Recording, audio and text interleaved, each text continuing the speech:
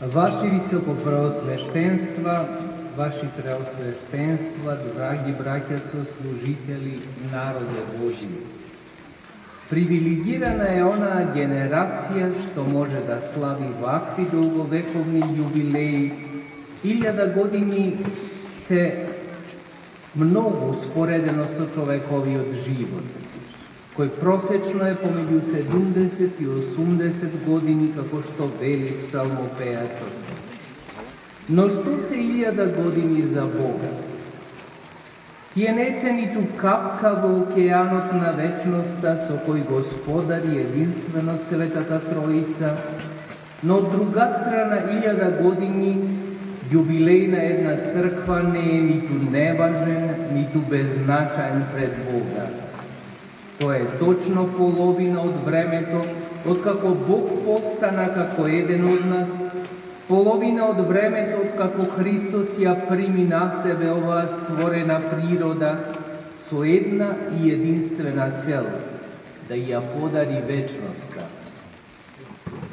Охридската архиепископија се движи по тој пат кон вечноста, што го отвори самиот Богочовек, го проширија светите апостоли, го навлажнија светите маченици, го натаптаа светите отци, но го асфалтираа нашите достоблажени предходници од ложата на охридските архиепископи, од кои некои веќе се прогласени за светители. Напредувајќи низ времето, ова архиепископија сретнала немалку искушенија, но духовно здравите мажи и светлите примери на архиепископи кои што не застранувале од патот што го трасира самиот Христос, пречките поставени од искушенијата ги претвараа во победи за нив, за народот што го водеа, за целата црква Божја. Веројатно би било премногу големо барање да знаеме се за историскиот пат на оваа славна архиепископија во време траење од 1000 години.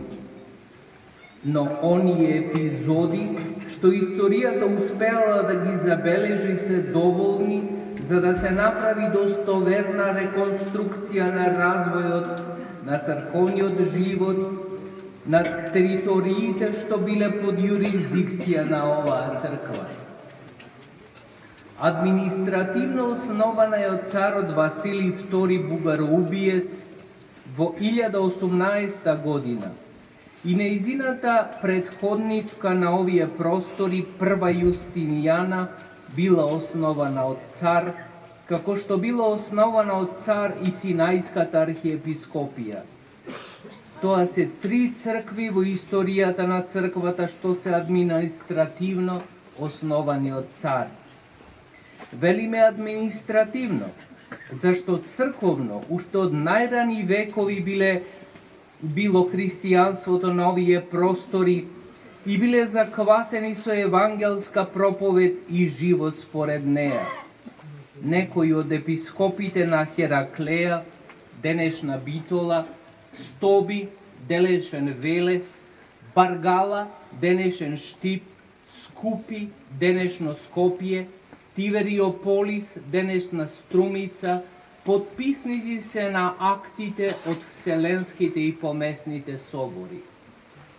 Не можеме да не се сетиме на делото на првиот словенски епископ Климент, кој никогаш не ја носел титулата Охридски, но затоа што во небесниот Ерусалим заминал од словенскиот Ерусалим Охрид, отпосле е наречен Охридски. Не можеме на оваа свеченост да не се сетиме и на охридскиот архиепископ Лав, кој во годините пред и по големата схизма со римокатоличката црква пишувал текстови и писма во кои детално ги образгалагал грешките што ги прави црквата на Запад. А Теофилакт, архиепископот Охридски, тој сестрано надарен маж, воспоставил култови на многу светители на овие простори. Неговото име е синоним за образованост во средновековието. Неговата писмена заопштавштина била полезно четиво на многу теолози, но особено е полезно за црковните луѓе и во наше време, иако од времето кога тој живеел поминале многу векови. Светителскиот лик на охридскиот архиепископ Константин Кавасила највпечатливо го запознаваме од фрескописот на храмот Света Богородица Перилептос во Охрид, каде е исправен веднаш до Свети Климент, но живописани во неколку се охридски цркви и архиепископите Никола и Прохор, и тоа со светителски ореоли. Ова архиепископија била расадник на писменоста ни словенските цркви. Таа била пренесувач на византиската култура меѓу словените. Следејќи го тоа предание, сметиме дека и во денешно време канонската црква на овие простори треба да го негува тоа предание. Богослужбите во Охридската архиепископија биле и на елински и на славјански. Затоа повикавме хорот соседна Елада да учествува во полнотата на овој настан. За нивното учество искрено им благодариме. Како што е основана од царска власт во 1018 година, така истата е укината од царска власт во 1767 година.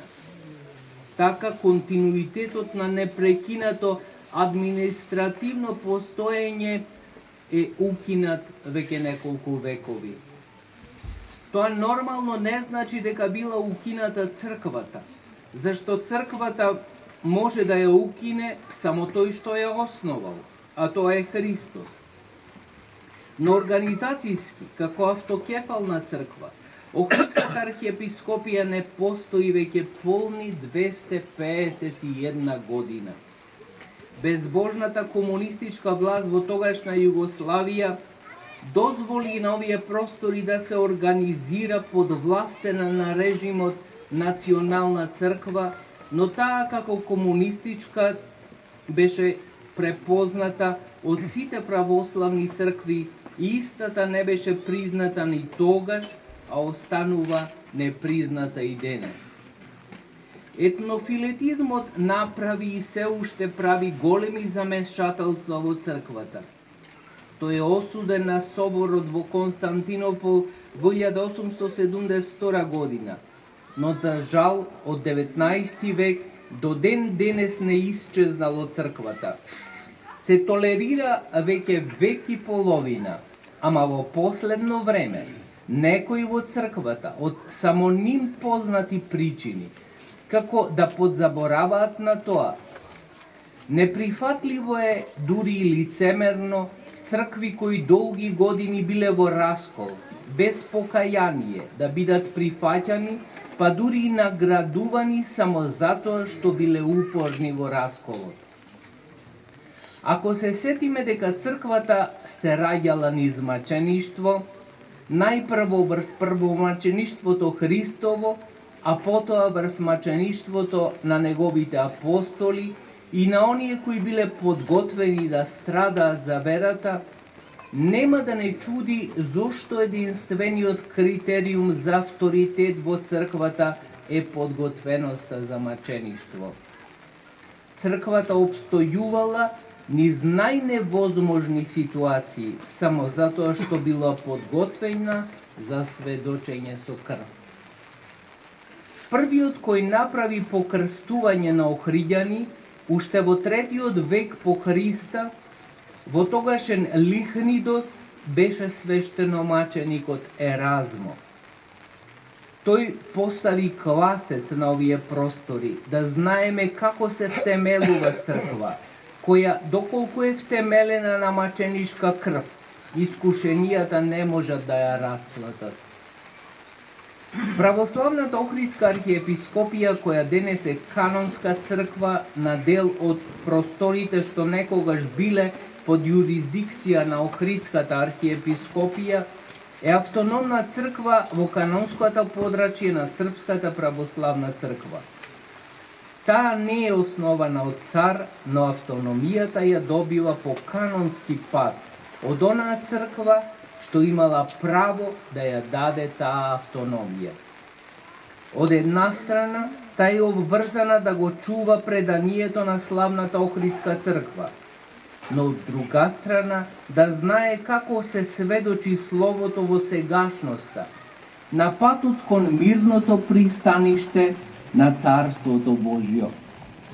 Затоа, во овој свечен момент, би сакале да им заблагодариме на епископите на Православната Охридска архиепископија, на свештенослужителите, а особено на народот Божји, кој достоинствено го поднесе гонењето на црквата на овие простори, несвојствено за приликите на 21. век.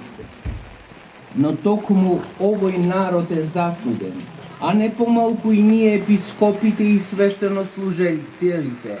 Како е можно во црквата да се прават поведи за несогласувања од таму каде барем во нашава епоха постои можност и да нема решение.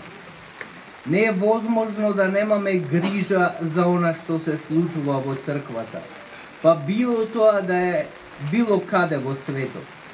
Црквата е една и само како една може да биде Христова. Заради се претходно што кажавме, земаме за право да порачаме никој во телото на црквата нека не прави проблеми потешки од оние што може да ги реши, зашто таквите проблеми се закана за расхлатување на црковниот мир, толку неопходен за црковна надградба. Ние пак, кои го славиме овој голем јубилеј на вистина во скромни услови, во кои не доведоа властите на оваа земја, за кои им се спротиставуваме за нивната ирендентистичка политика, што долги години ја водеа кон соседна Елада, имаме целосно право да говориме она што секако е добро познато на сите помесни цркви.